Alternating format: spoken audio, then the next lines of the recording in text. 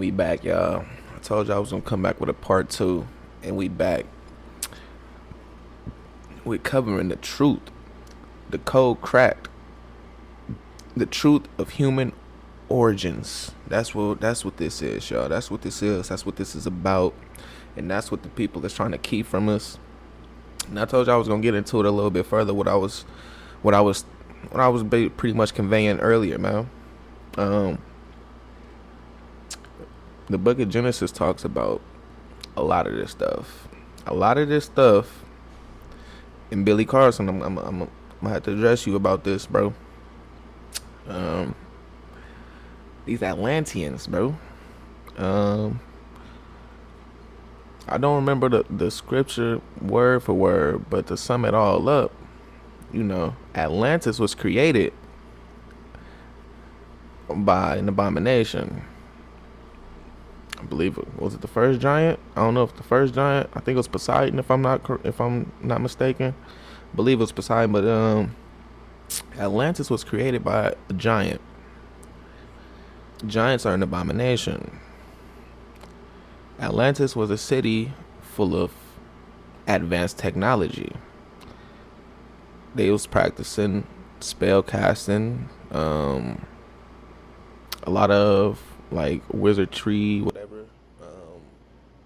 According to the Bible, a lot of ungodly like stuff. God didn't like that, right? And this is the confusing part. I'm probably gonna confuse y'all with this, but long story short, God sunk Atlantis because of the things that they were doing and the things that they were practicing. Fast forward to this day, Billy Carson, he's bringing back Atlantis in their teachings. He even is deriving all of his stuff from the Atlantis tablets. Oh yeah, it's gonna get deep. Are those demon tablets? Are aliens demons? These are the questions right here. It's just so bizarre. It's so bizarre. So y'all drop y'all comments. Tell me what y'all think. And hey, don't forget to smash that like button. We finna get back into it. Part two. Hopefully they'll be able to shine some more clarity on it. But for me, I'm having a lot more questions than answers right now, honestly. Y'all with me on that? Let's get into it without further ado. We back with John Lear talking to George Knapp in his 1987 interview about these aliens, demons. But let's get it. Cells, no lymphocytes. And there's more in that particular report. This is an autopsy report. Now, you said the government goes to great lengths, the Air Force in particular, to discredit this kind of stuff. Where did this come from? How did you get this? That came that came from the private collection of Leonard Stringfield, who was one of the premier researchers. He worked for the Air Force in the early 50s in a secret project reporting UFOs. Then as a civilian, he continued his private research, and this is out of his collection. Why does the government want to hide this? Why doesn't the Air Force just come forward? Why doesn't, why don't they level with us if this is all true? Well, because the time of humanity goes back way farther than what we know. And,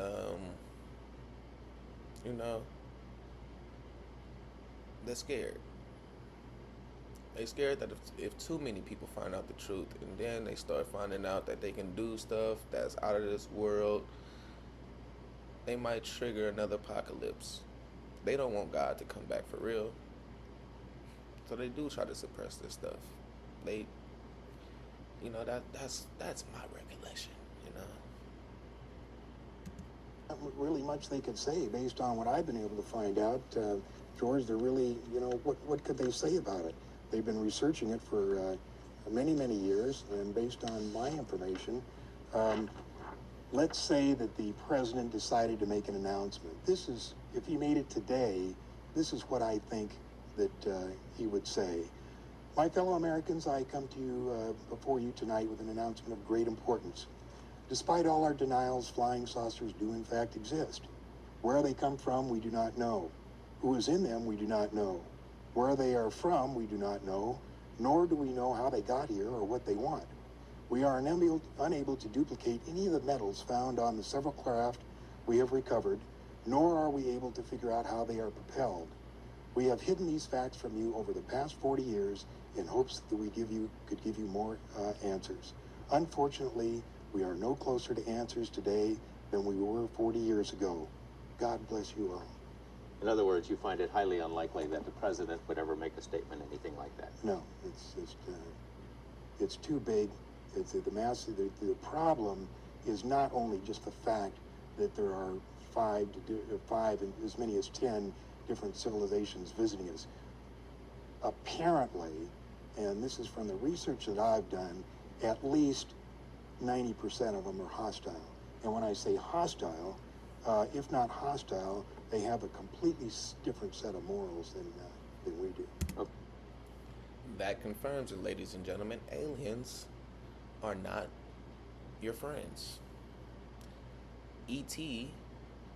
is not gonna come here and just phone home. No, they got some type of hidden agenda that's not in the benefit of humanity, which is why they were banned in the first place.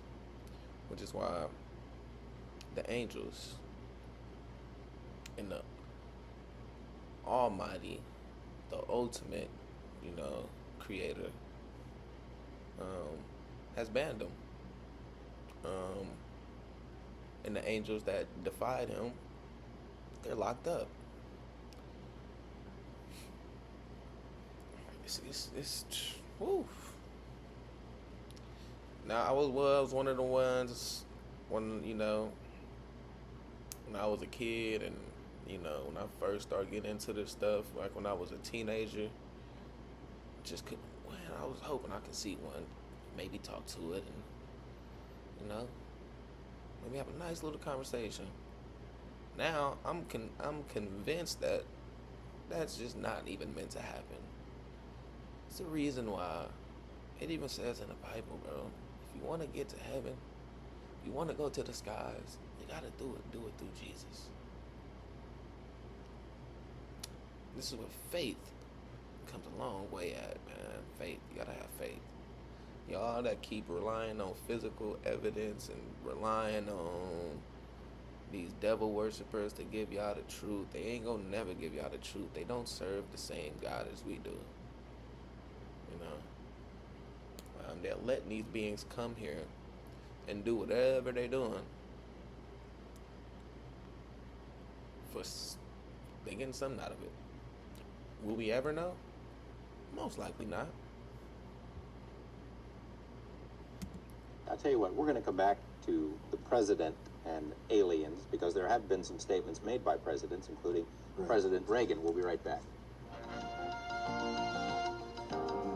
Interesting. Bring it back. Bring it back. After these commercials. We're back to the scheduled program right after this commercial. Welcome back. UFOs, are they real? We're talking with John Lear on the subject. Mr. Lear mentioned a couple of minutes ago about what the president might say about UFOs. Do you believe that various presidents have been informed about what you believe to be the truth on UFOs? Each president has been informed up to and including President Reagan. I'm not sure to the extent they are informed. Privately, I don't believe they are giving the full briefing. The people that control this information is a organization that we know of as MJ-12, and they're a top group of military and scientists. And I do know that when the president becomes president, it takes at least 3 or 4 months before he actually gets the clearance to know everything there is. Now, that doesn't mean they tell him, but it does take 3 or 4 months to get. Now, talking to the president, let's talk about what the president has actually said. Has he mentioned anything about aliens? President. I don't want that to go over nobody's heads. A lot of people look to the president for all these answers. A lot of people think that the president has control over everything. That is the only thing the president controls, people, is the army. That is it. As a president, the true title of that is Commander-in-Chief.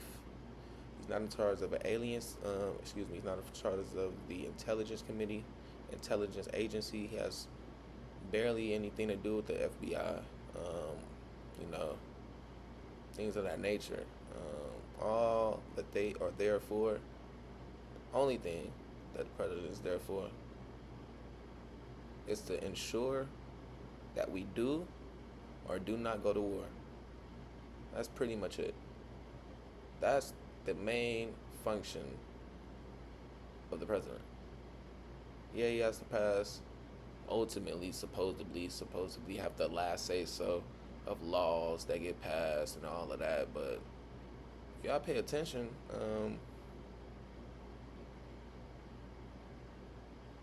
yeah, I guess they do have the last say so, but it's really what Congress wants.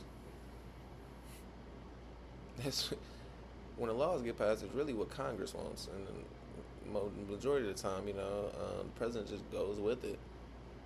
But he's not the one who creates the law. He's barely the one that dictates it. Those people in Congress control the president, y'all. President Reagan, on December 4th, 1985, this is a copy of the speech from the White House, just before he went over to Iceland. He says, "I couldn't but, one point in our discussions privately with Secretary General Gorbachev, when you stop to think that we're all God's children, wherever we may live in this world, I couldn't help but say to him, just think how easy his task and mine might be in these meetings that we held if suddenly there was a threat to this world from some other species, from another planet outside in the universe. We'd forget all our local differences that we have between our countries, and we would find out once and for all that we really are all human beings here on this earth together." He couldn't be just making a supposition for purpose of making a point?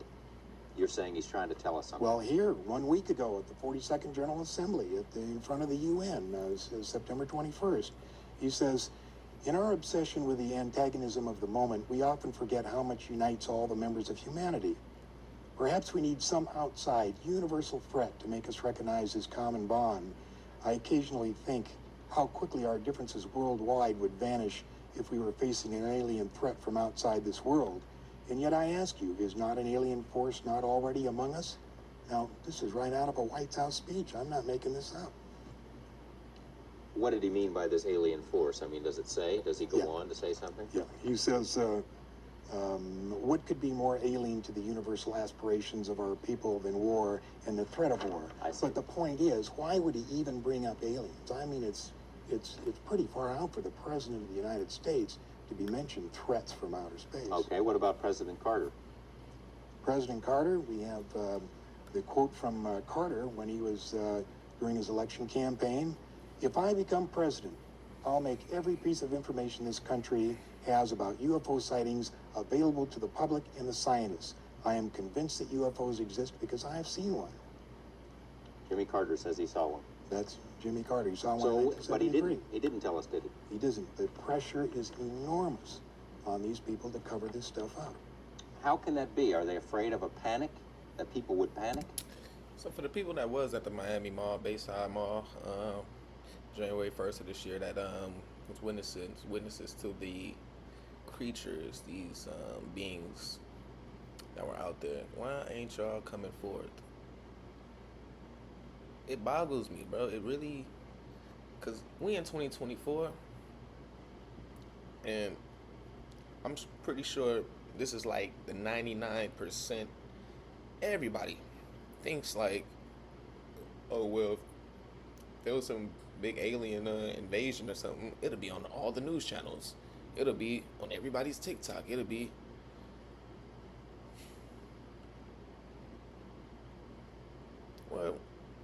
Well, damn. We did have one, and it didn't make the news. It didn't make TikToks. Actually, it kind of did, but it didn't. If we had another Roswell situation, I would think, that even if it didn't make it on the, people would be talking about it. No one's talking about. I don't like.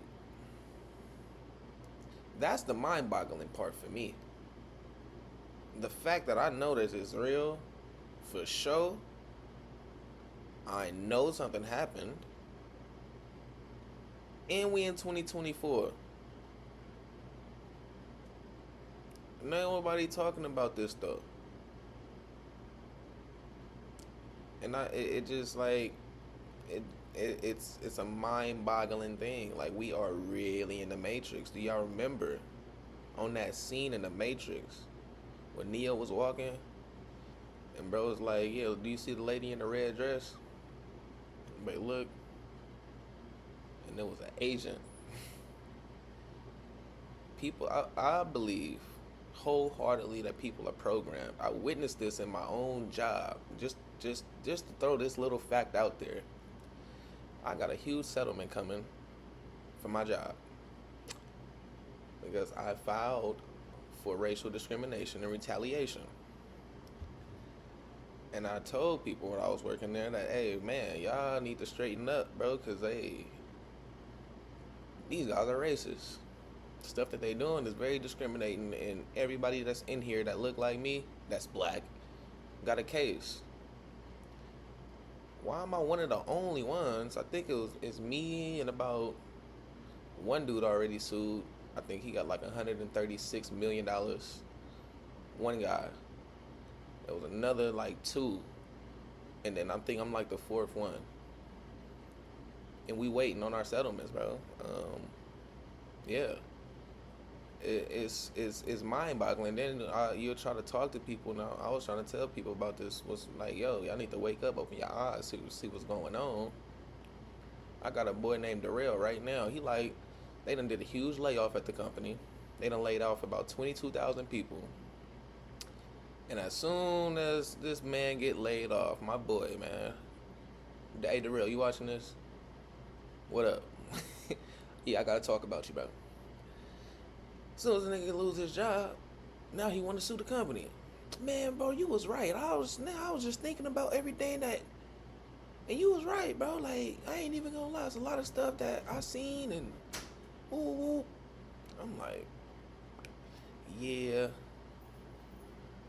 Well, why didn't you go get a case drop, bro? It's mind-boggling. It's really mind-boggling.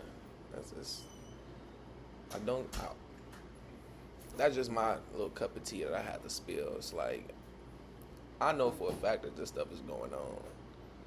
Nobody's talking about it. That's how you know we in the Matrix. There's the panic problem, and there's also the problem that, in fact, in Cro-Magnon man, there may have been some tinkering to make us what we are today. And that's been borne out by several researchers. We couldn't have developed exactly the missing link. Something had to happen to get us going. Between 4,000 and 8,000 BC, we had just been going along and for hundreds of thousands of years not doing anything. All of a sudden, bang, we started making pottery, invented the wheel, invented fire, and everything took off. What was the key that did that? I don't know, but it causes one to think. You mentioned a couple of minutes ago before the break that you think 90% of these visitors are hostile. What makes you think that? Well, we can't just skip over that. Like, he didn't just say what he just said, and that's a major thing that people talking about right now.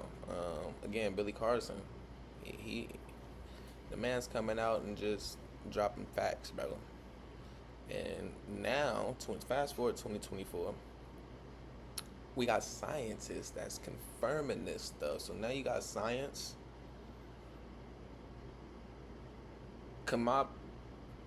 corroborating and confirming these hypotheses, you know. We got, 24 chromosomes, something like that. And science is able to prove through genetic study that the chromosomes in humans, one of them, were fused together. Like, something that cannot be done by nature.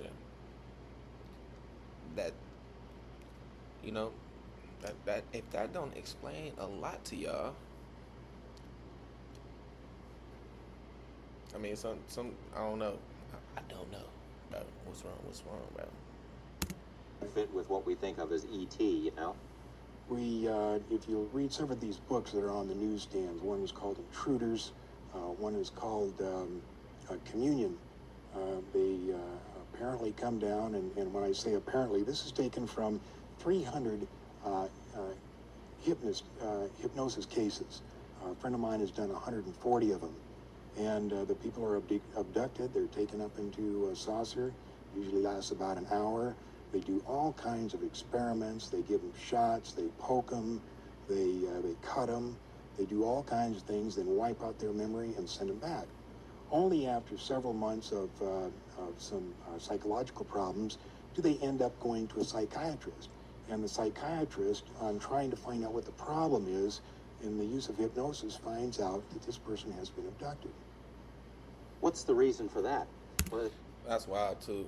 So I want to hear some accounts from like psychiatrists and hypnosis people, the ones that conduct the hypnosis. I don't know if y'all seen that movie, The Fourth Kind, but that was wild. That was wild. And but yeah, that's something that you never hear. You don't hear about the farmers' stories about the cows being mutilated. You don't hear the stories that's coming from the people that conduct the hypnosis, that done had people do and tell some crazy stories. Yo, it's wild. Trying to learn.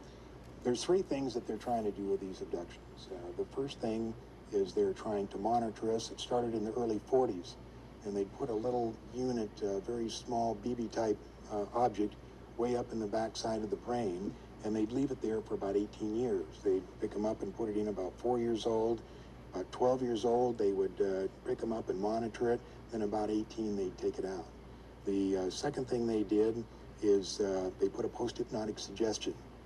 According to many of the people that have been hypnotized, and we found out what they've told them, apparently within the next 2 to 5 years, there is going to be a big event. Something enormous is going to happen. And these people who have been abducted... No, I just had he just reminded me of something my nephew said when he was about 4 years old. I didn't believe him at this time. He said when he was about 4 years old that he seen a UFO by the window. He went to the window and he seen it and then just took off. That's interesting. He just said, like, yeah, they put something in your brain when you like 4. They come take it out when you check on it when you like 12, and then take it out when you're 18. Now I'm gonna have to ask him, but hey, you seen any more UFOs? And there's probably over 100,000 of them have been given some place to go and something to do. But under our best hypnotic techniques, we cannot find out what it is. So how do we know that that's true? Because they said they are going to do something. They know that they're going to do something, but under the hypnosis, they can't find out exactly what it is. And the third thing that they do is genetic experiments. They've been crossbreeding. There's a very good book out now called Intruders, written by Bud Hopkins. And it's about a crossbreeding experiment with a girl in Indianapolis. And they actually, the big head, what we call the big head in research, the little 3.5 foot tall with a big head, they crossbreed that with this girl in Indianapolis, and there were 7 children. And just last fall, before the book was published, they brought the oldest and the youngest to show to her, and they let her name all 7. Now, this book has been thoroughly researched by Bud Hopkins, and although it sounds strange, believe me when I tell you, you may not find out in a month, a year, 5 years, or 10 years, but you'll look back at what I'm telling you now, and you'll say to yourself, my gosh, the son of a gun was right. Oh, We're going to pause it right there. Y'all heard what he said. Y'all going to look back at this 10, 15, 20 years from now, and y'all going to be like, what? This dude wasn't. Again, this is in 1987. 1987. Now, 2024, you got famous archaeologists, researchers, and even science itself. Don't know no scientist's name, but science itself coming out with genetic facts, molecular, and Billy Carson, man, confirming and saying some of the same stuff about how races start, not racism, but how we got different types of humans, the explanation of the chromosomes, pretty almost just almost a lot of just, I would say almost everything, but it's not near everything, but it's enough to let you know that everything that we've been taught and everything that's been fed from it to us is not exactly the truth. That's it for part 2. I'm gonna do another part 3 because it's another. We got some more to cover. We got some more to cover. If y'all stayed this long, I appreciate y'all. Smash that like button. Drop a comment in the section. I want to hear what y'all got to say about this. Where y'all at in the rabbit hole? Is y'all keeping up? I hope I was able to bring y'all up to speed a little bit. We definitely gonna do some Billy Carson videos, but I gotta start from the beginning. You know, I gotta start from the beginning, and John Lear is the beginning of the whistleblowers. We probably got some more before then, but for surely this one, 1987, y'all. If that ain't mind blowing to y'all, I don't know what is. Y'all too caught up in the hip hop media, you know. But this right here, the truth uncovered.